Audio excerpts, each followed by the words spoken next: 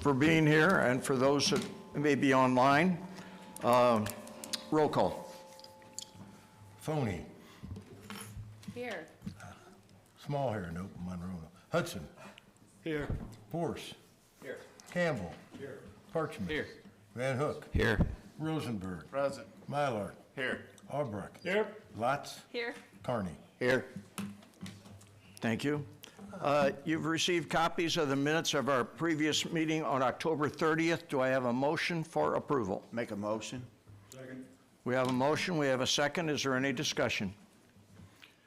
Hearing and seeing none, all in favor signify by saying aye. Aye. Opposed? Thank you.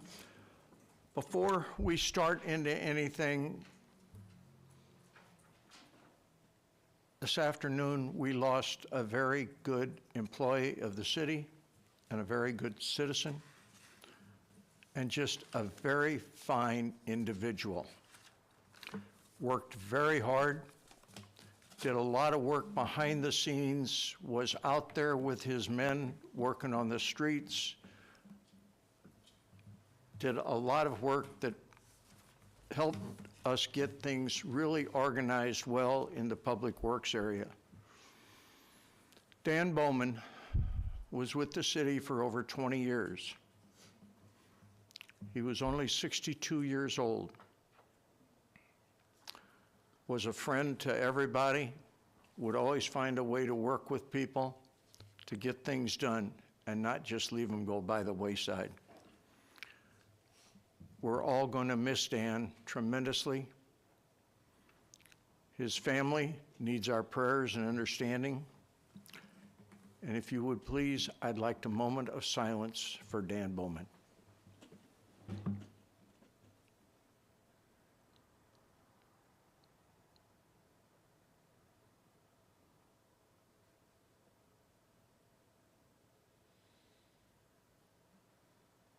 Thank you. Okay. One of the first areas that we wanted to get into for discussion for tonight, but before that, I would open it up if anybody has any public comments that they have. Hearing or seeing none, we don't have anything online. Then, because of what has occurred today, Jeff will not be here to make a more formal and probably more complete presentation on the work that he's done on the drainage. And, you know, there's a lot of work to be done on this. Jeff has been in contact with cities in Illinois and in Missouri who have similar programs to find out how they work, what doesn't work, and so forth. There's a lot of work that we will have to do on this. One is to identify how do we identify what areas need to be addressed or not. What is information that we're going to be needing to get from the IEPA or the federal agencies? Any legal ramifications? What are our alternative methods of dealing with this? You know, first thing that comes to mind is riprap, but then there's also that some places have dealt with it with the use of different types of growth, of different types of plants and so forth. What kind of cost are we talking about? What kind of overall cost to the city? How should that cost be shared between the citizens and between the city? I'm going to ask Walter, if he will, to please go through briefly what we've got and what's been, and if we'd like to have some discussion on that, we can do so tonight. But what my plan is that after, if everybody thinks that this is a plan that we should go further and flush out to get some development on it, that I would turn this over to the Public Works Committee, and then I would ask them to come back no later than September with a more formalized plan for what is going to work for the city of O'Fallon. Walter? Okay, well, I can go through the slides that Jeff prepared. Obviously, I don't have the level of knowledge that he has, but at least we can get it started and you can get a sense of what has been researched so far, and if the council would like for us to continue, then we can. First of all, the first slide is just a kind of a review of our criteria for funding stormwater projects. And you have seen this before, where the number one priority is locations where structures are flooding. Number two is where roads flood, they're impassable. 3 is replacement of existing storm sewer infrastructure. 4 is erosion that's threatening city-owned property or infrastructure. And 5 is erosion that's threatening privately owned property. We currently have projects that are underway or in design or in planning for the CIP for projects that are 1 through 4. And considering the amount of city-owned infrastructure that we have, we will always be needing to fund projects for 1 through 4. The area that we just do not have money for or planning for is number 5, which is threatening privately owned property. And on the next slide, you'll see the maintenance policy that talks about how, the highlighted portion at the bottom talking about unimproved channels where the city does not maintain unimproved ditches on private property. That is one of the areas that I know that residents and the city council have been talking about for quite some time, about what can be done about that, and what's the jurisdiction of the city, and what is the responsibility of the property owners, and whether something can be done about that. And so that's why this program was being looked at, to see if there are other communities that have addressed this problem, and there's something we can learn from them, and that maybe we can do something.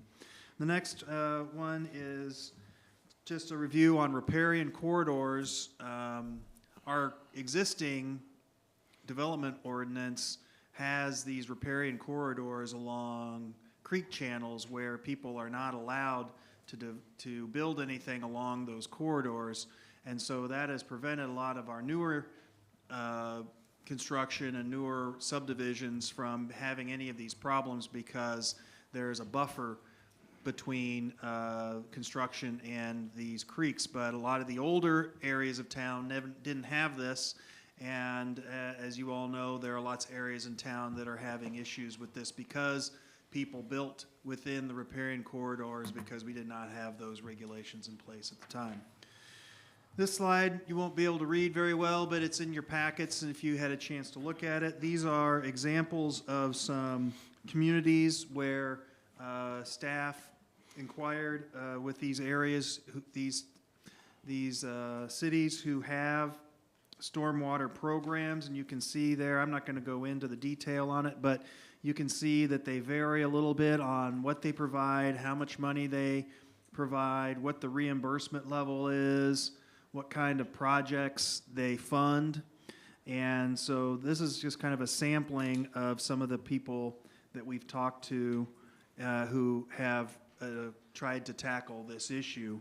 And so this is kind of a starting point of looking at, and the last slide is, the questions of what the city council would like to discuss and determine. What they want to do is, what types of projects should be eligible, whether you're going to look at creek bank stabilization or yard flooding or anything like that, how much money you want to use, how should the project be funded on materials, reimbursements, then, how much design work needs to be done. Do we need to have engineering to look at it? And, because just throwing some rock down may have implications in other places. And so at what's the extent for which any engineering or planning can be done before we move ahead with anything, and then what would be the percentage of the reimbursement. So that's the last slide, just talks about the questions.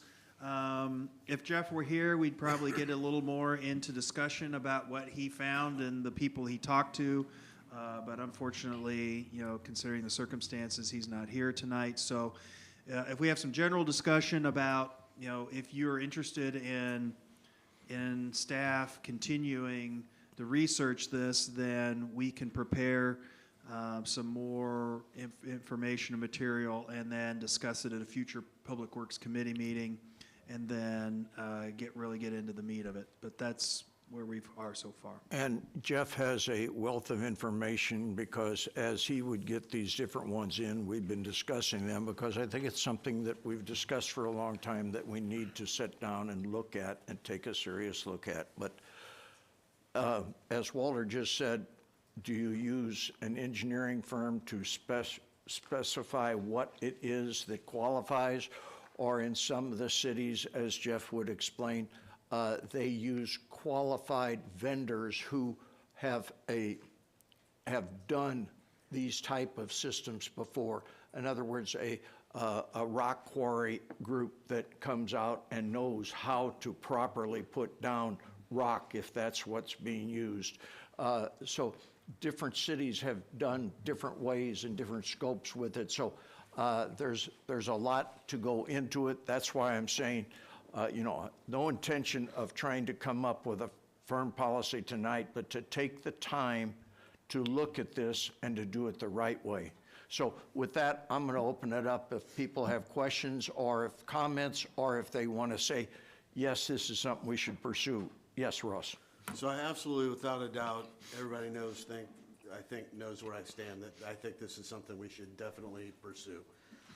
At what level and all the specifics, obviously without Jeff here, and is going to take a lot of back and forth between us. I had a statement, and then I have one question that I'd like also to be added to the questions at the back end of this that we can all discuss when the time is appropriate. And the statement I wanted to make was what we did with the funding for the parks, which I support, for Community Park, and coming up using reserves and stuff like that. I think we've opened a can that maybe needed to be opened, that there is money available for projects if we deem them necessary. So we have, especially with stormwater and other things for utilities, we have talked in the past about we just don't have the money, or that's not high priority, or that's on next year's, or whatever. Now we've opened that can that there is money if we deem it important enough to do. And if it was your house or my house, it would be more important. I shouldn't say that, because I know enough people that that's not true. Just something I have felt. Here's the question that I'd like added to our discussion. Nowhere in that list of priorities does it address private property where previous years, before Jeff, before our current situation, where we have allowed or approved developments that have caused down or upstream flooding. We know that there are developments that have added to problems, and so whether it's added to problems on private property or not, I think that that needs to be considered for one of those priorities. Number 5 is, and I was on a different slide, erosion that is threatening privately owned property, and it's specifically addressed in the highlighted on unimproved channels. But we haven't talked about what the city has allowed to happen that has caused or exacerbated flooding on private property. So I think that that needs to be maybe number 6, maybe number 4, I don't know, we can talk about it, but it needs to be addressed. That's what my thought. Yes, Eric. Walter, I'm a little confused because at a Public Works Committee meeting, I thought Jeff indicated he had the funds to do a study. Kind of, how do we know what level of contribution the city may have made to current or existing problems? I thought we had all agreed that we would not wait till the next fiscal year if he had the funds to do some type of a study now to educate us as to what culpability we may have.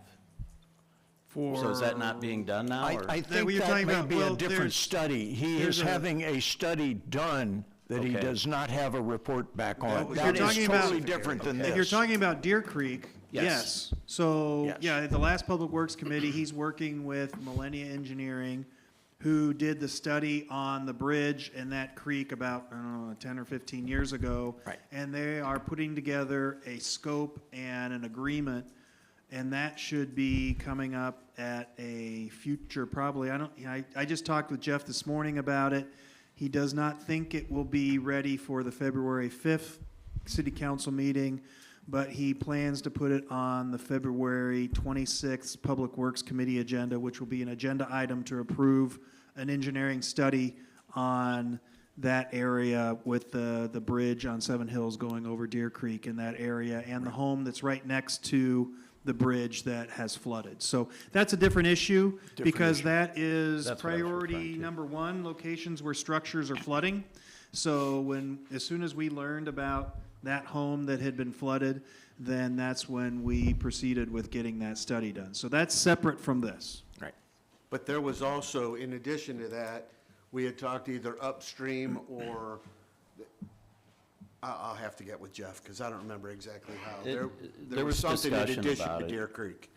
Now, But so then, that's what they're looking at the scope of, there's the floodplain from the National Flood Insurance Program, and how many of those homes would be impacted by that. So it may not be just that one house. It may be, I think there are 15 houses in that row along Deer Creek Road. And so, I mean, all of that whole area will probably be considered somehow, because if you raise or lower the flood level elevation, that may affect those homes and whether their properties are in the floodplain or not. So I know that that's one of the things they're looking at, is trying to figure out what the scope should be in reviewing that study, so that you can, solve a problem without creating another one. And that's the issue with stormwater, is it's hard to look at it with so localized, because the water moves around and can impact other things. So that area is being looked at as part of this Deer Creek study. This is a different issue. This is a more global issue beyond just that. Right. Okay. Jerry, you had something? Yeah, a number of years ago, we did a stormwater study that identified those areas that are prone to flooding. And that's kind of been the prioritization schedule for what we've been doing in Public Works and spending the money from Prop S and all that. It would seem to me like that would be a significant contribution to this kind of thing. If you don't know where the flooding is and where the potential is, how can you then decide how much you're going to need? And I had asked Jeff several times to look at that draft thing. We didn't officially adopt it. There were reasons for that. The total cost to remediate what was in that study was something like 28 million. Is that the number? Something like that. Obviously, we couldn't have stepped up to that bar. But if we had a list, had that study, at least the draft, update it, show where the projects that we've been using and we've been doing have tried to fix this, or fix part of it, or fix the contributions to it, then we'd be ahead of the game. Well, the majority of that stormwater master plan dealt with the presidential streets, which we've spent a lot of money over the last few years handling. But yeah, it did address other areas as well. And a lot of the the public infrastructure areas have been identified, and they're in the CIP. And so it's just these other ones. That's as part of exactly this what I'm program. talking about. Yeah. Here's the area that's prone to flooding, and here's what we've done about it. And I think contrary to what a lot of people think, we've been marching along There has in a been fairly orderly manner towards solving some of these problems. And, you know, it just seems logical to me to look at that study that was done by an engineering firm, maybe update it quickly, it doesn't have to be formally done, but then use that as the place that we can go to say, these kinds of things would remediate some of those problems. It's going to take some discussion, it's going to take some time. We're not going to solve it in one night's time, that's for darn sure. It's going to take a lot of work, and that's why I said I would like to have this turned over to the Public Works Committee to take a look at it and work on it, and come back then to us when they've had a chance and had all the input, looked at some of these different plans, looked at the different ideas. What are the areas that we identify that we need? Because everybody's got some kind of creek or something around them, or not everybody, but a lot of places do. But a lot of them, it's not threatening or anything like that. But on the other hand, there's other areas that need to be looked at much more carefully and a plan to address it. So, other questions? Yes, sir. I just want to say I commend Jeff's approach to this whole thing of studying first so that we get things in the right order. Ready, aim, fire. You know, so we're not spending money on a project that's going to be wiped out by the next one. So I think his approach makes terrific sense. Look at the whole thing and then look at stepwise how we fix that so that we spend our money wisely and put it where it's needed and has the appropriate impacts downstream. So just a word of encouragement to keep going along that line. Good. So we will plan on getting it ready for a future Public Works Committee meeting. I don't know that it'll be February because we're going to be doing the Public Works budget, but it might be the March or April or so. Can I ask, does anybody have objections to us proceeding with this and looking at this further, going ahead with it? Okay, then, Jeff will start working, Ross, with you and your committee, and start working through all the details, and everybody else who has any input at these meetings, please.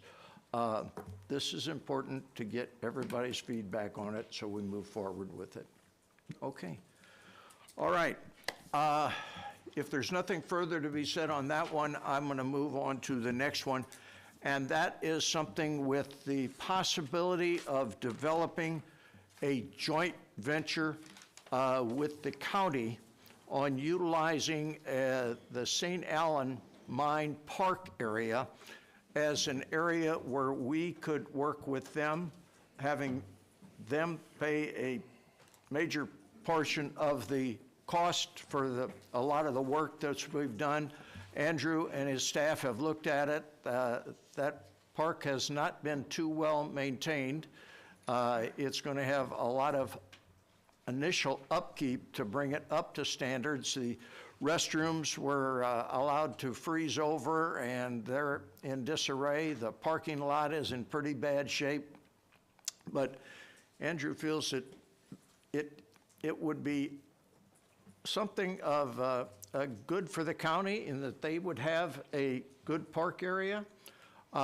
It would also be good for the city in that it is not a total cost to the city to develop a park area. I have one concern with it, and that is that I would want to have it that it remains property of the county and we help maintain it. I don't feel that from a safety standpoint that I want to own mine property with some of the possible liabilities that could go along with that. But the site itself, as it stands now, based on Andrew's input and so forth, and we don't know if the county will buy into this concept. They have asked us in the past to do some things with them. We have. Then they tried to dump it all on us, and we said, no, we're not going to do that. But it's worth going back and saying, hey, can we work out something good and solid that is workable that we can then bring back to the council and say, is this something we want to proceed with or not? So, Andrew, I'm going to turn it over to you. Thank you, Mayor. I feel like you've already done my presentation for me, so good segue.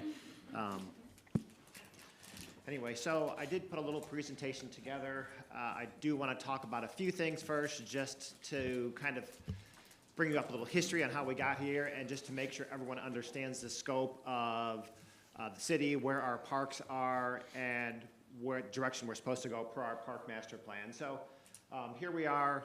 We have several parks. Obviously, we have several parks in town. We have 4 neighborhood parks, which are between 5 and 15 acres.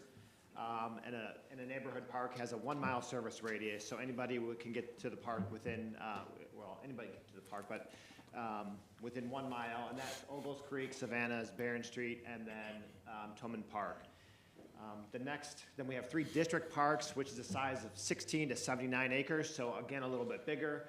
It's a 3-mile service area, and that's Community Park, Hesse Park, and the Public Safety. And then we have 2 metro parks, which are between 80 and 200 acres, so that's the Sports Park and Rock Springs Park. And then the next phase is a regional park, which is over 200 acres, and we do not have any of them. So just so everyone kind of gets the scale. And this picture is, we've labeled the parks, and then all of the service radios are the blue lines, kind of hard to see. But so what's missing? So per the master plan that we spent quite a bit of time doing, there are 3 areas in the community that lack equitable park access. That's the northeast up by Milburn, the northeast up by Moy School, the northwest up by Milburn, and then the southwest over by Central School District. So those are 3 areas where we need to focus our efforts when we're talking about developing the next park. And then, as the mayor said specifically, today I'd like to spend a little time on St. Ellen Mine. Okay, so a little history on St. Ellen Mine. The city, according to some minutes we've read, the city started taking over and maintaining St. Ellen Mine Park, mowing and those types of things from 1997 to about 2009. The county did not reimburse us for any of that. And so it got so expensive that we just had to turn it back to them and saying, without additional funding, we cannot maintain the park anymore. So in 2009, we turned it back to the county. And then to give you a little history on the park, in 2000, the county applied for an OSLAD grant. And that OSLAD grant basically built the infrastructure for the park. It built the parking lots, it built the pavilion, it put the restrooms in, boat docks, and those types of things. And that is the park as you see today. No upgrades since 2000. Again, the city maintained it until 2009. So that's a little history of the park. General park information. It's about 100 acres total. We have 73 acres of park land, 7 acres of forest land, and then 20 acres of fields. We did a little SWOT analysis of it just so we knew kind of what to expect with the park and some strengths of the park were its location. That park bike trail connects neighborhoods to the east and connects neighborhoods to the west. A lot of kids and people who live in those parks can really have good access to the park via the bike trail, which is the strength. It's accessible.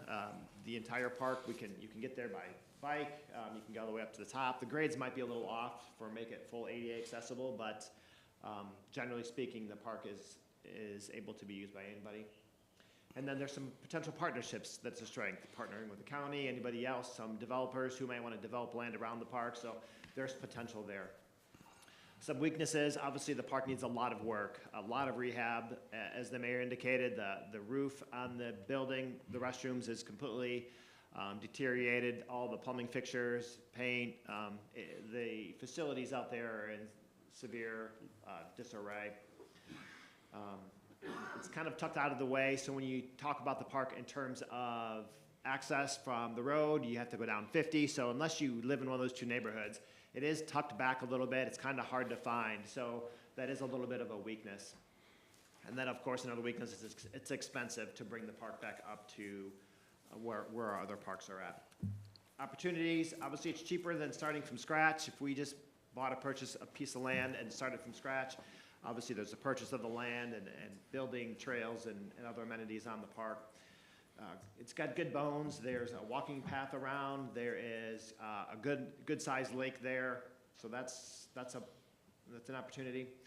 Surrounding development opportunities, you know, if someone develops those lands to the north of the park, again, it's a good opportunity there. And then if we do any kind of West 50 redevelopment project, the park is a good area as far as kicking off a redevelopment. Threats would be vandalism. There's been quite a bit of vandalism at the park. Very costly to bring the park up to snuff, and then potential mine subsidence issues. We did have a sinkhole a number of years ago that I believe we passed the county to correct. So there are potentials as far as some threats that we would have to work our way through. What would we like to do with the park if we were to take more of a control of it? We would love to see it turned into a conservation park, a very passive park. We'd like to convert a lot of it to prairie grass and pollinator plots. We'd like to reclaim the lake and just make it more passive so people could put a small boat in there at the boat dock. There's a launch there, so that's what we'd like to see happen with the park. 4-year planning, obviously it's going to take a lot over the next couple of years. Year one, we would just kind of get the infrastructure up and running with the bathrooms, refixing the roof, adding some side amenities with some picnic tables and trash cans. We would really like to get cameras in there right away just to make sure we got eyes in the park and everyone can kind of see what's going on and people know that the park is under a watchful eye. And then, of course, horticulture. We've got a lot of horticultural work as far as landscape beds, parking lots, and those types of things. Year two is where we'd begin the habitat restoration or improvements and converting 25 acres from fescue to more of a prairie grass, clear up the shorelines, install the ADA fishing pier, doing the resealing of the parking lots and restriping, start the tree planting program, and then sealing the trail and overlaying the trail. Year three would be more habitat improvements, which is completing another 25 acres of tall fescue to prairie grass and pollinator plots, install some dumpster enclosures to clean up the space, and then, of course, construct some a pavilion potentially at the top of the hill. And then year four would just be installing a new playground, installing a dog park. We'd love to see that lake be more of a dog park type of lake where dogs could go and jump and swim and perhaps put one of those piers where the dogs could jump off of. So we have a lot of great ideas for the park. What's it going to cost? This is the area I alluded to earlier. It is very expensive. Just year one alone, we're at $100,000 just to repair the bathrooms, bring the roof up to code, and install the cameras. It's a hefty price tag. Year two, with resealing and restriping of the parking lot, it goes up to $161,000 in year two, potentially put the boat dock in year two. Year three, take a little bit of a break, just $40,000 for the dumpster enclosures and more tables and chairs. And then year four is we put a playground in for the kids in the neighborhood and potentially that dog park. Staffing costs, our seasonal staff costs would roughly be around $30,000 a year for part-timers to maintain it. And then we would need additional full staff at just under $90,000 for being in charge of it, maintaining it, making sure it's all done. After year four, we would see our seasonal labor probably go down a little bit, where the full-timer would be able to maintain the majority of the park with the seasonals here and there. But that's what we're looking at, and that's our estimates as of right now. Okay, and as we talked about, the next step, determine if St. Anselm Mine is the right fit. Again, if it's got good bones and it's a good start, but if you want us to look at other parcels or other areas in the area and not take on St. Anselm Mine, there's a few options that we can look at as well. So St. Anselm Mine isn't the only option. You know, is the county interested in us taking it over? Is there partnerships involved with them? How would that look? And then will the county pay for it? You know, a lot of that infrastructure and a lot of those deteriorated facilities probably need to be picked up by the county to bring it back to, you know, where our other parks are at. So So that, by and large, is St. Ellen and some of our initial thoughts. We've obviously done a lot more deeper analysis. This is just a very 30,000-foot view of it, but this is our thoughts as of today. So any questions from anyone on St. Ellen, or anyone like to continue the conversation? Eric? Andrew, have you approached anybody at the county with this? Because I guess the way I look at it is, if they didn't have a lot of interest in keeping up the existing infrastructure, why do we think they would bite off something like this? Yeah, it's a great question, and so I did reach out to their superintendent, Mr. Buellhorn, and we did walk the site, and he told me a little bit about what he does to maintain it. But one does stand to think that if they had this type of funding, they may be doing it themselves. I don't know as if they're just too short-staffed, or they'd like to see it, but they don't have the resources to do it. We have not approached them outside of when they approached us, maybe in 2018. I think they requested some of these services from us, so, but nothing recently. They have, from time to time, as he pointed out, asked, they've even said, we'll even give you the park. Well, I'm skittish on taking over that liability of a mine property, but there is something that could be made there if we can get an agreement. If we can't, we're no worse off than we are right now.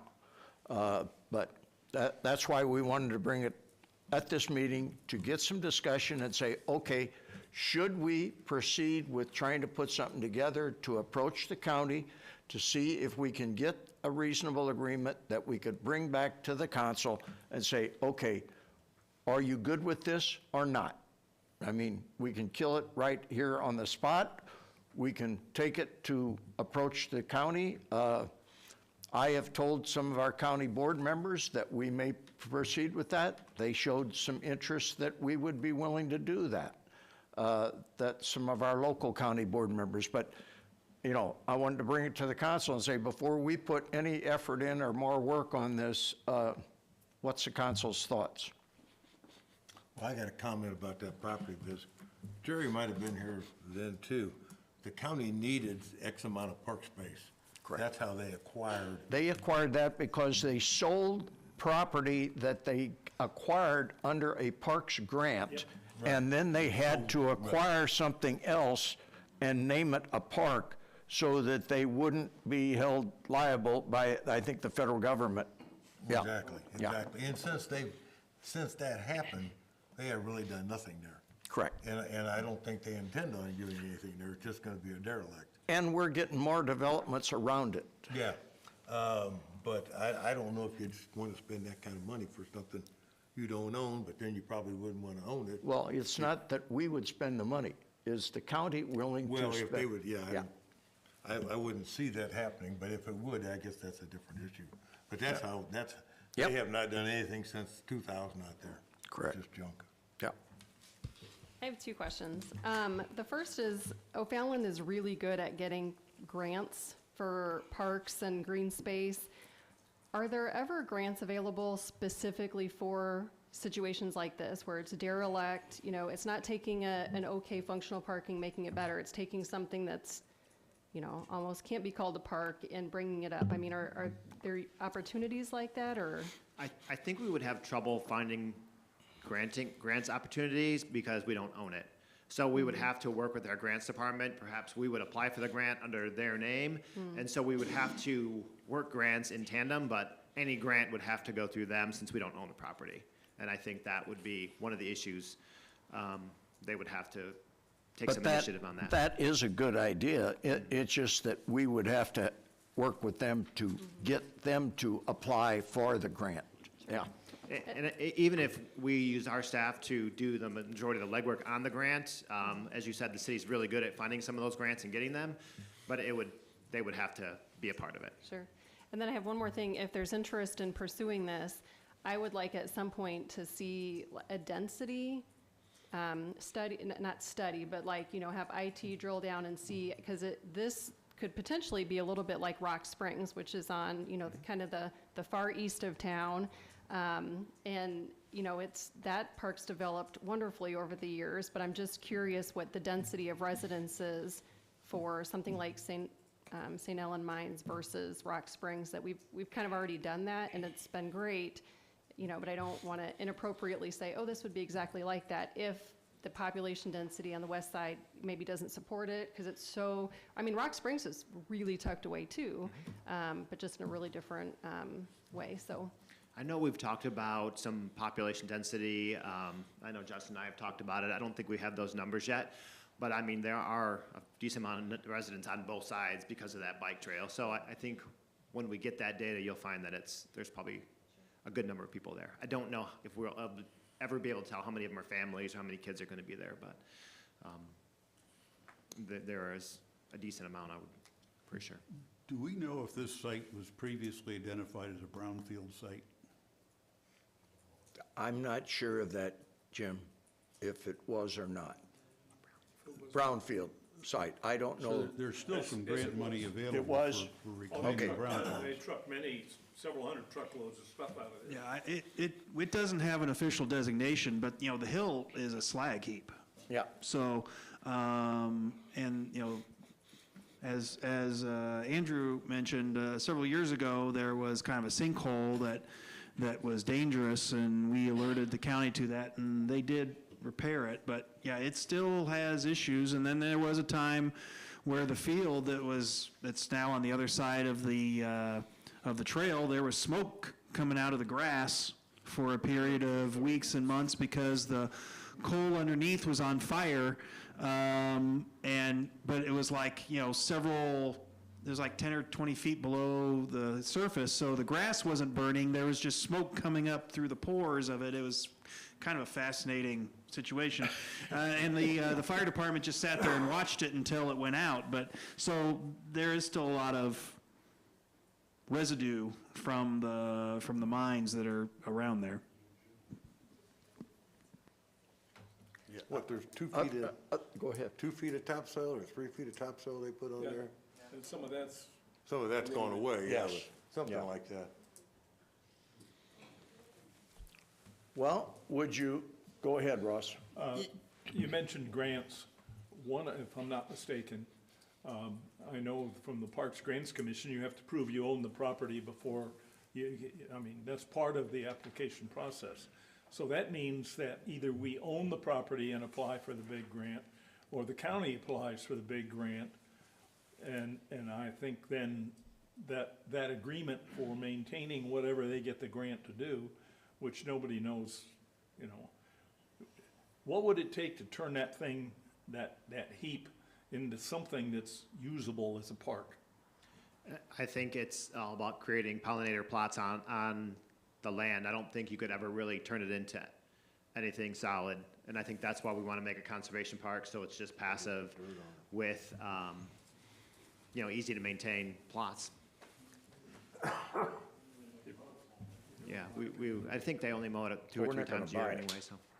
Ross? Yeah, we're talking about pollinator plots and the whole park being passive, and I didn't add it up exactly, but $475,000 year 1 through year 4, and we just got done talking about stormwater. And so while I am hugely pro parks in O'Fallon, love them and spend a lot of time in them, for a passive park that we don't own, I think that's a Well, big. Ross, this is not O'Fallon necessarily spending this money. We would be asking the county to spend. If Yeah. it doesn't cost us anything, I don't see a problem. If it costs us anything and it's passive and it's just for butterflies and bees, I think that money's better spent somewhere else. Well, remember, there would be quite a few kids that are servicing that park, so even though it's butterflies and bees, we do have playgrounds spec'd out in the future. So, while I agree with the mayor that the county needs to come up with the initial funding, but, 8, 10, 12 years down the road, we might want to put playgrounds or something in there based on how it goes. 8, 10, 12 years down the road, I hope we have some more stormwater fixed. Well, Tom? I was going to say, personally, I spend more time at this park than probably any other right now, but yeah, I'm with Ross. I think we just need to sit on this for a little bit. in terms of how much money we've spent at the sports park or the county park or the community park, this is nothing, but it's still a lot of money. So, I mean, if the county pays for something, I'm okay with doing a little bit of legwork for grants or ideas and. Well, we'd first Getting have to installing, but- get consensus here Right. that you want us to see what kind of an agreement we can get worked out with the county. If we can't get an agreement worked out with the county, then it's null and void to start with. But then we would bring that agreement back to the council and say, council, is this something we want to do or not do?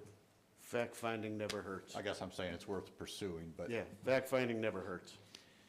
And just keep in mind that when you consider that area of town, because the Interstate and 50, like if you live over there, you have no access to parks. If you're an 8-year-old and you want to ride your bike, there's nothing for them. They can't get across the interstate and they're not going down 50. So, you know, at some point, that's why we called it out on the park master plan. Like, we probably need to do something for those kids who live over there at some point, whether this is it or something else. It's not, I don't think we should forget about And how much more are they gonna build over there? They're building some more apartments or something, aren't they? Yeah, how many apartments were on that development that is going in there off of Old Collinsville Road? It's right around 100. Around 100? Okay, okay. It's around 100. Yes, sir. Yes, sir. Yeah, it backs up to the park. Do I take it that we could try to put something together and see to try to work something out with the county and bring something back to you for a final approval or disapproval? I think it's worth an approach to the county. Okay. See what they're willing to do. All right. Andrew, we've got some work to do then. Sounds good. All right.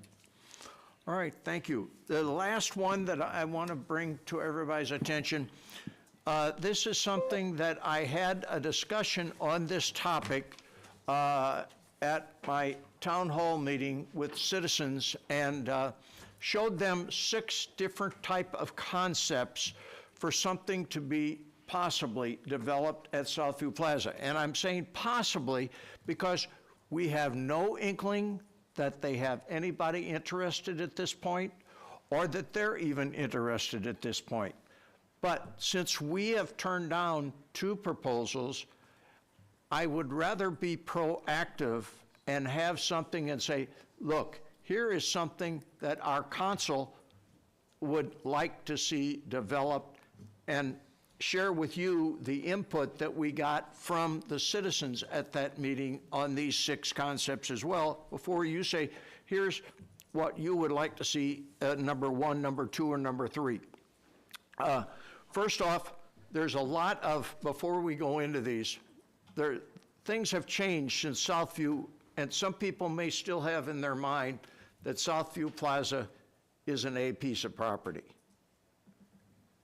That was probably true when it was developed back in the 1950s. But now it is 2024, and in 1970s, there was something called I-64 developed, which took the main port of traffic that used to travel down 50 away from that area. So now it's a development more in the central part of our community and not on a major thoroughfare as it was developed when it was developed back in 1950. So in talking with our staff on that, they say it B property at best, maybe even a C level property as far as future development. And so I'd rather, if we can, to be, like I said, proactive instead of reactionary and have them come back to something that we know we're going to reject to start with because we don't like it. Now, there's a lot of work that would have to go into this. This does not include any drainage or anything. It's just what kind of facilities. We can't say what company would be there, what stores would be there or would not be there, or what, but it's a concept that we're trying to look at and trying to get some consensus on that we would like to see if we can get it developed on that location. Walter, you want to go through the first set? Or go, and show up the first slide, which I think has the new development that has been approved already on there. Yeah, so this is Starbucks. You've seen this, it's been approved by the council, and it's gonna be on the front part of the property. Justin, what is the timing on that right now? Yeah, so we've issued a shell permit. So their plan is to build the outside and then come back with a tenant finish. So they're expecting to start that sometime in February. Okay. So that is ongoing and should be started this spring. This is, and I would like for you to remember these as we go through them, because I'm going to ask you all, what's your first choice? What's your second choice? What's your third choice? The same as we did with the citizens, and I will share with you what the citizens picked as their first, second, and third as well after we go through these. But let's go through them first. Go ahead, Walter. All right, so this is a mixed use, a mixture of commercial and multi-unit. You can tell the, I don't know that's the burnt orange color, if that's what you call it, is commercial property, and then the yellow is apartments. So you can see this is more of a apartment complex. In this case, 2-story with exterior walk-up, so it'd be a standard small to mid-size multi-unit apartment. Number 2 would be more of a townhome concept. So going north and south on the yellow, you see 2-level townhomes, and then there's commercial on the edge on the west on Lincoln. Number 3 is all commercial. Does where- anybody have any questions on the first 2 before we go on to number 3? Again, these are just No. concepts of types of things that could go on there. Okay, go ahead, Walter. All right, and then 3 is all commercial, which is a larger strip center in the middle, and then other commercial structures on the edge, western edge on Lincoln. Number 4 is a commercial strip in the middle, and then a small anchor property on the south, and that's all commercial. Oh, and this was the one that was turned down, the initial one, the very first one you saw. This was the proposal that was not approved by the city council. I thought that looked familiar.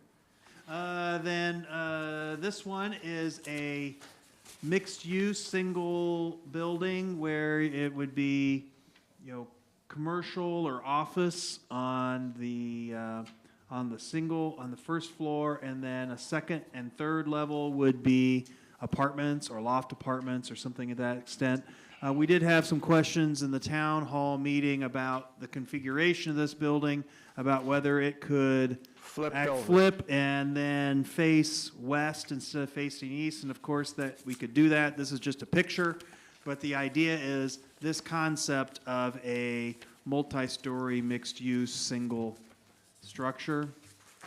And then the last one is a mixed use with commercial and townhomes. So you have a mixture on the south of townhomes, and then commercial being on the west edge along Lincoln, and then a mixed use with a single story on the north, and then the middle being more townhome or apartments. Yeah. So Now, you may recognize this one because this is one that the Forward 50 people came up with when they were doing their sketches. And they're actually going to be conducting a pro forma on this property according to some of the designs that they developed on what would be the cost feasibility on that property. So those are the 6 concepts. Again, nothing has been proposed and nobody has told us that they want to do one or the other. It's just different types and uses. Now, the choices that, in the ratings that came in from our citizens when we talked to them on this was, their first choice was number 3.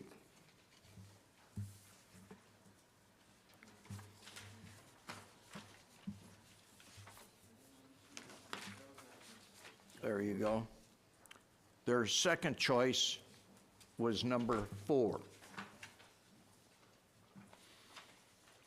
With the possibility of, like you said, the commercial being flipped facing east or west. No, that's on 5. That's on 5. It was also asked on this one. Somebody in the audience asked, could it be? Oh, okay. And you or Yes. Walter, somebody had said. Yeah. That, yes, these are just renderings. If you wanted the back of the buildings facing Lincoln, that could happen as well. True, you're right. Correct. And number 5 was their third choice. Justin, did you say we turned down just Yes. a commercial? Yes. Yes. It I was don't- like when- 2021. Yep. It was during a COVID meeting. There was, I think it came down 7-7 Yep. in the vote. If I remember right, that was mostly due to stormwater abatement though, wasn't it? That- Yeah, it had other issues. Yeah. They had 0 stormwater, if I remember on that. Right, so it And- wasn't the project itself at all. Matter of fact, it was figured out that if we had a decent rain, their stormwater abatement was to allow about 4 inches of water to build up on the parking lot. Have a little boat. Have a little And boat. they did not have any tenants identified either. So that was one of the things that I know the council wanted to make sure that there was stormwater abatement, because that water drains from there back along the creek that goes back through Southview that impacts the homes back through that area. So, I dare say that if there was any stormwater abatement back then, that probably, we there probably was would have none. jumped on it. but There I was, don't know. yeah, stormwater abatement wasn't even probably thought of then. Justin, can't they do underground Yes. retention though, if they want to spend the money? So here's, I'll just Go ahead, Justin.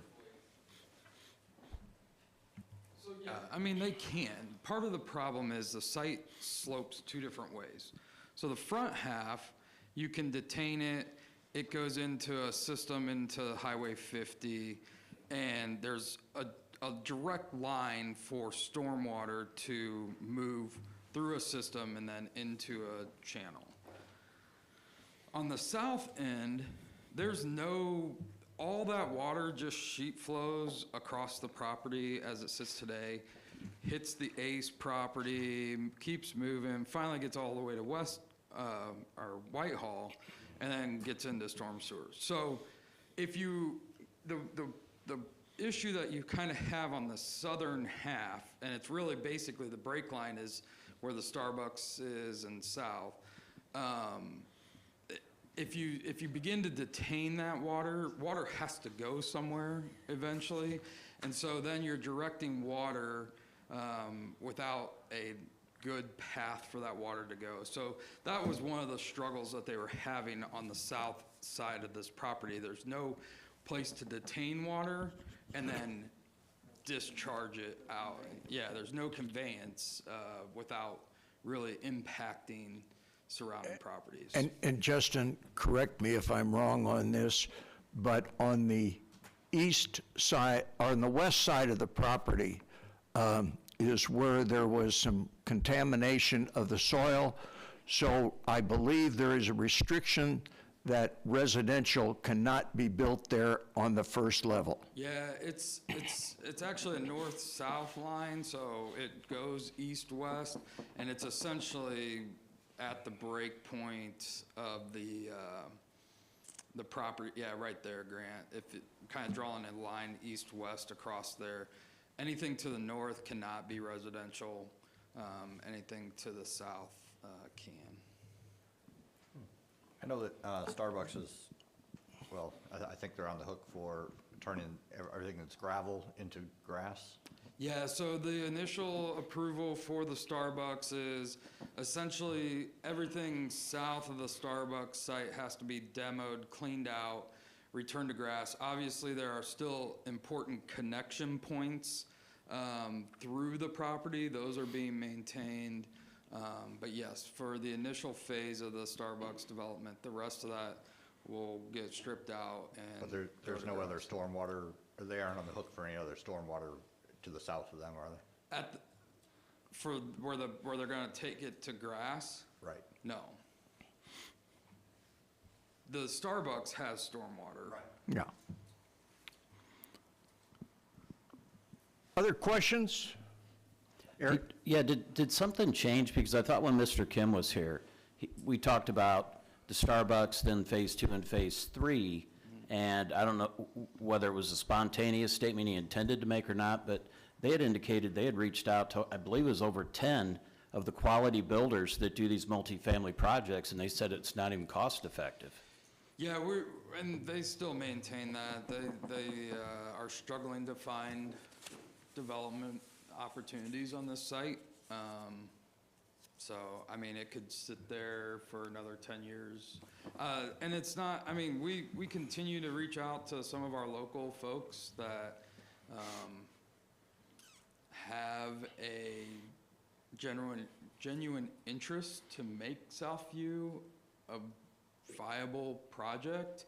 I had a conversation last week with an individual, and you know, it's tough. It's tough to make work in any configuration that you see there right now. It's tough to make work right now.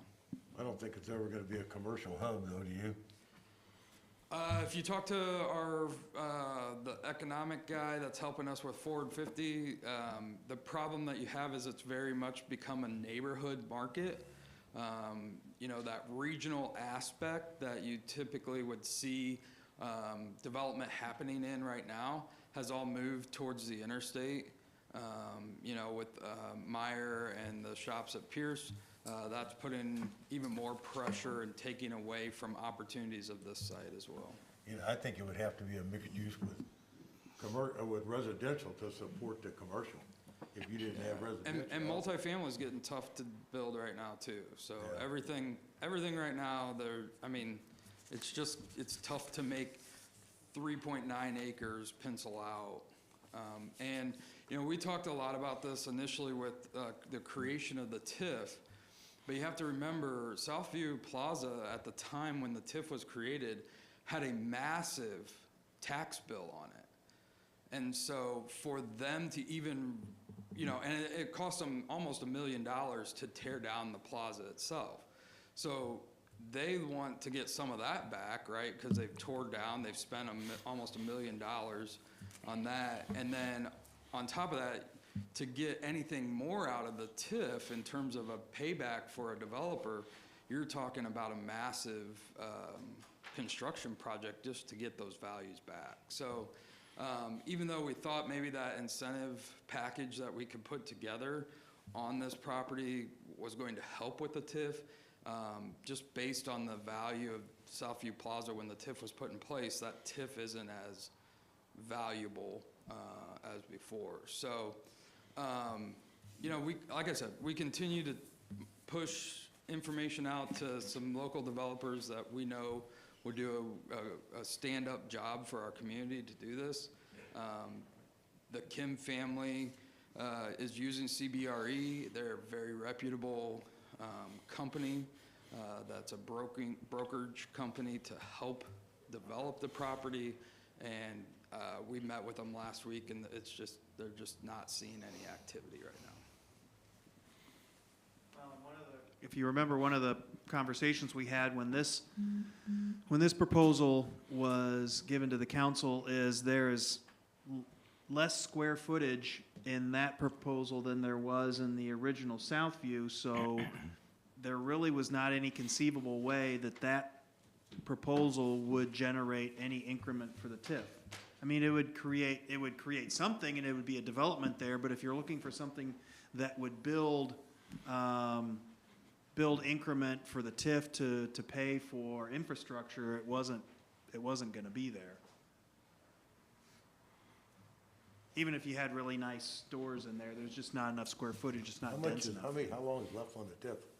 How much longer I is it? think that was created in 2015, so they're 23-year TIF, so, I don't know, my math's not good right now, so. About 15 years. Yeah, 15 years, there you go. Any other questions? Ross? I just want to say, as evidenced by the numbers from the people who were here, and I don't know, 36 people that have reached out to me specifically, there isn't a lot of taste for people, for them to want residential. I get the financial aspect of it, but the vast majority of the people who have spoken up either at the meeting, like you said, or to me anyway, I don't know about everybody else, have been more along the lines of commercial. Which I find very interesting because actually residential is there. There's townhomes on the site today.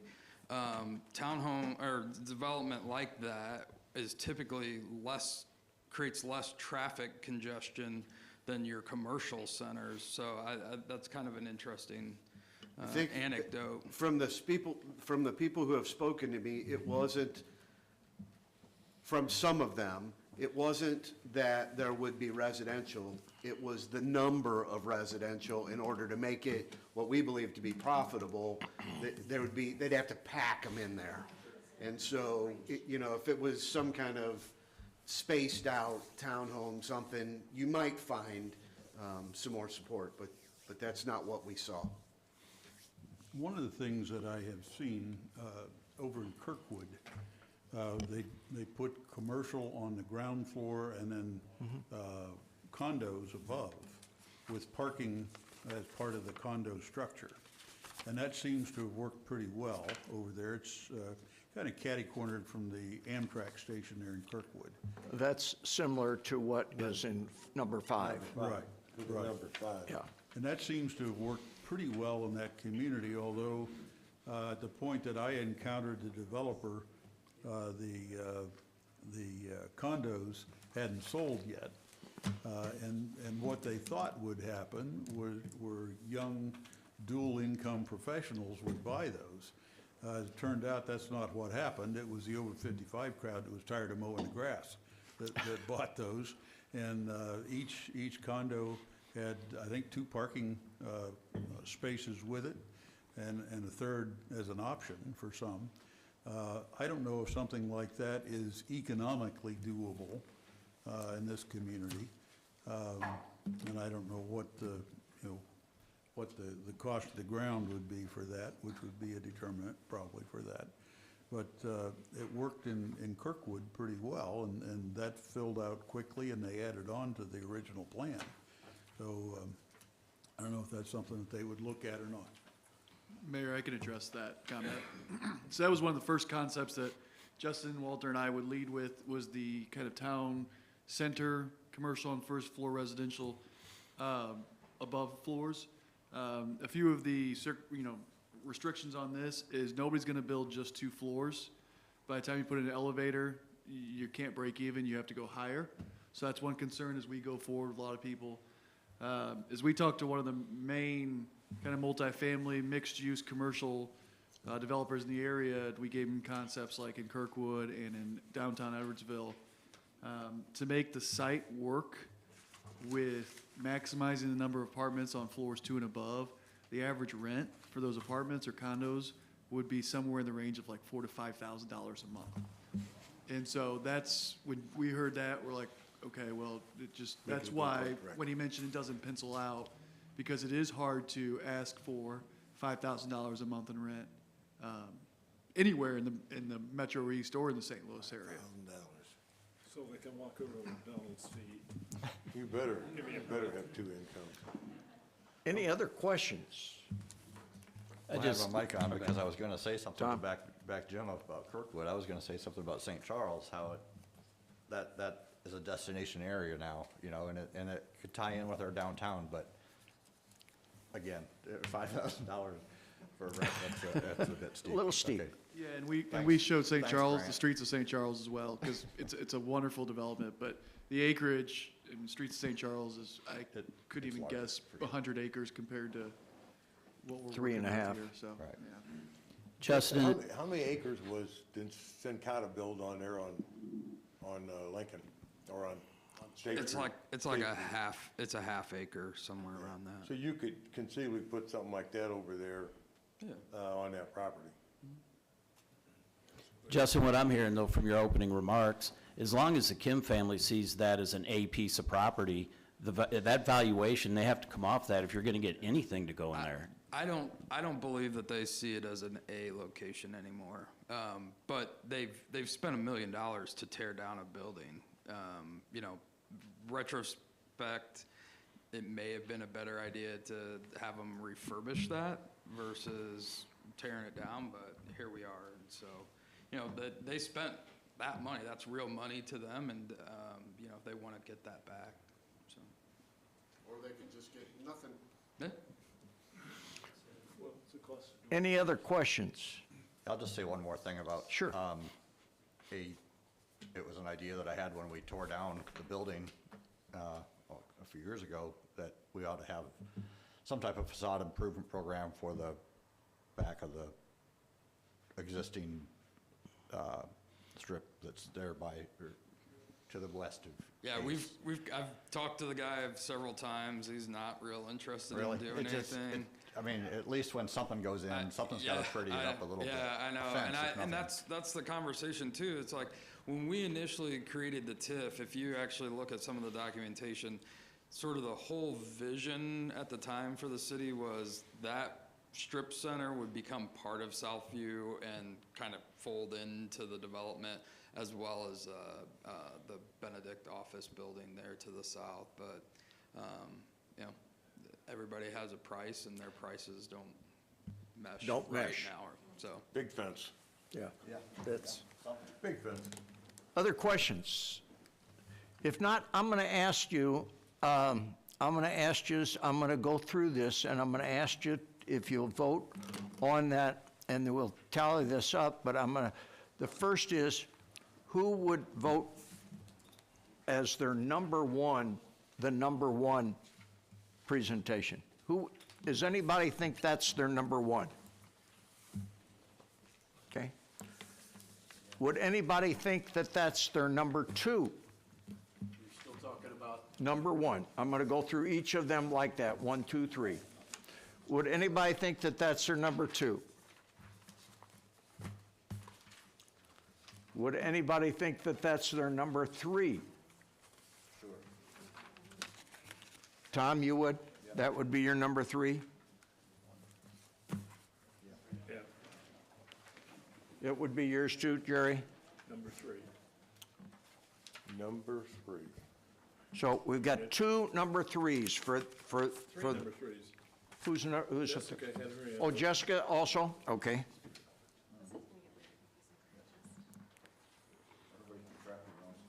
All right, so we got three number threes on that one.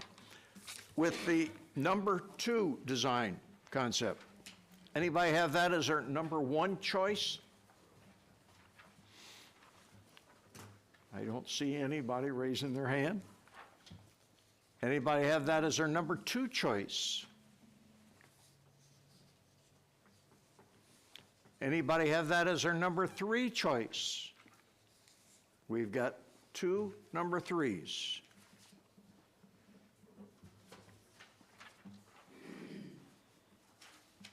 Okay. Well, so far, we've got a lot of ones and twos still out there. All right. Concept number 3. Anybody have that as their first choice? 1, 2, 3. We have 3 number 1s on that one.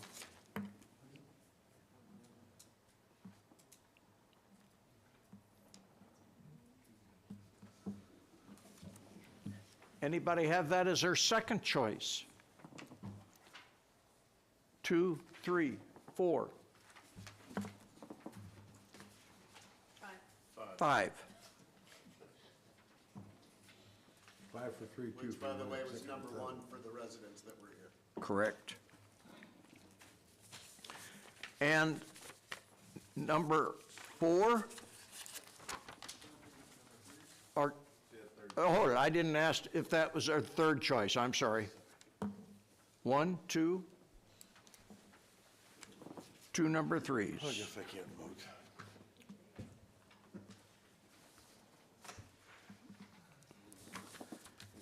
All right, let's move on to concept number 4. Who has that as their top choice? 1, 2. Got a golf driving range in the back. Who has that as their number 2 choice? 3.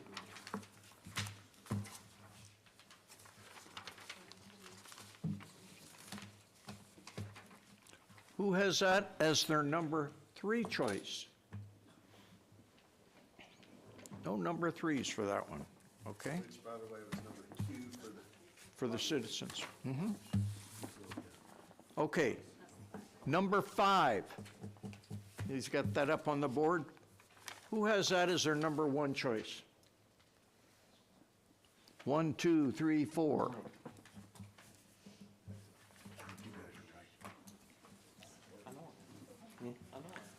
Who has that as their number 2 choice? 1.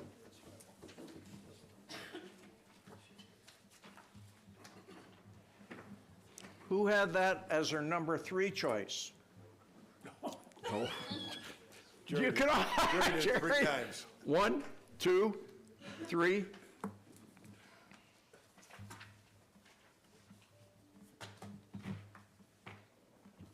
Okay. And the last one, concept number 6. Anybody have that as their number 1 choice? 1? It's a solid number 2, though. Anybody have it as their number 2 choice? 1, 2. Get them hands up.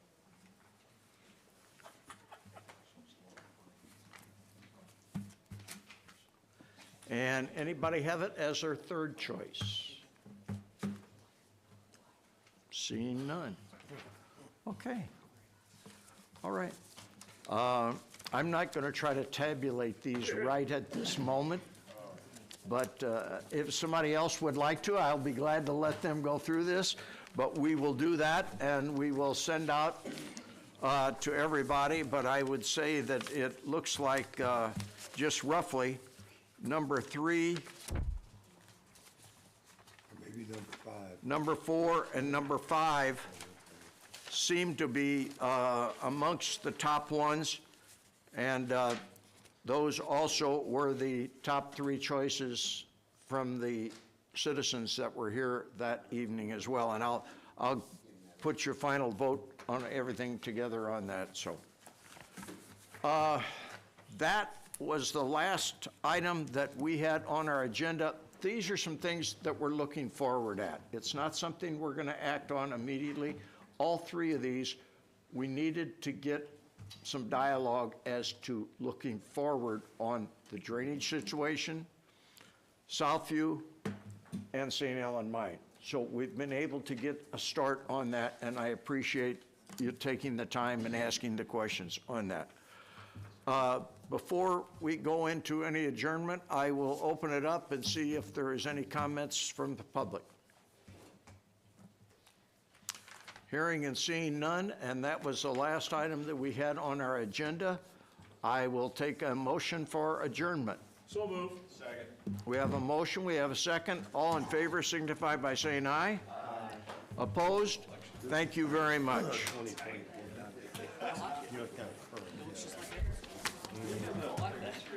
Find out there was a chop out there.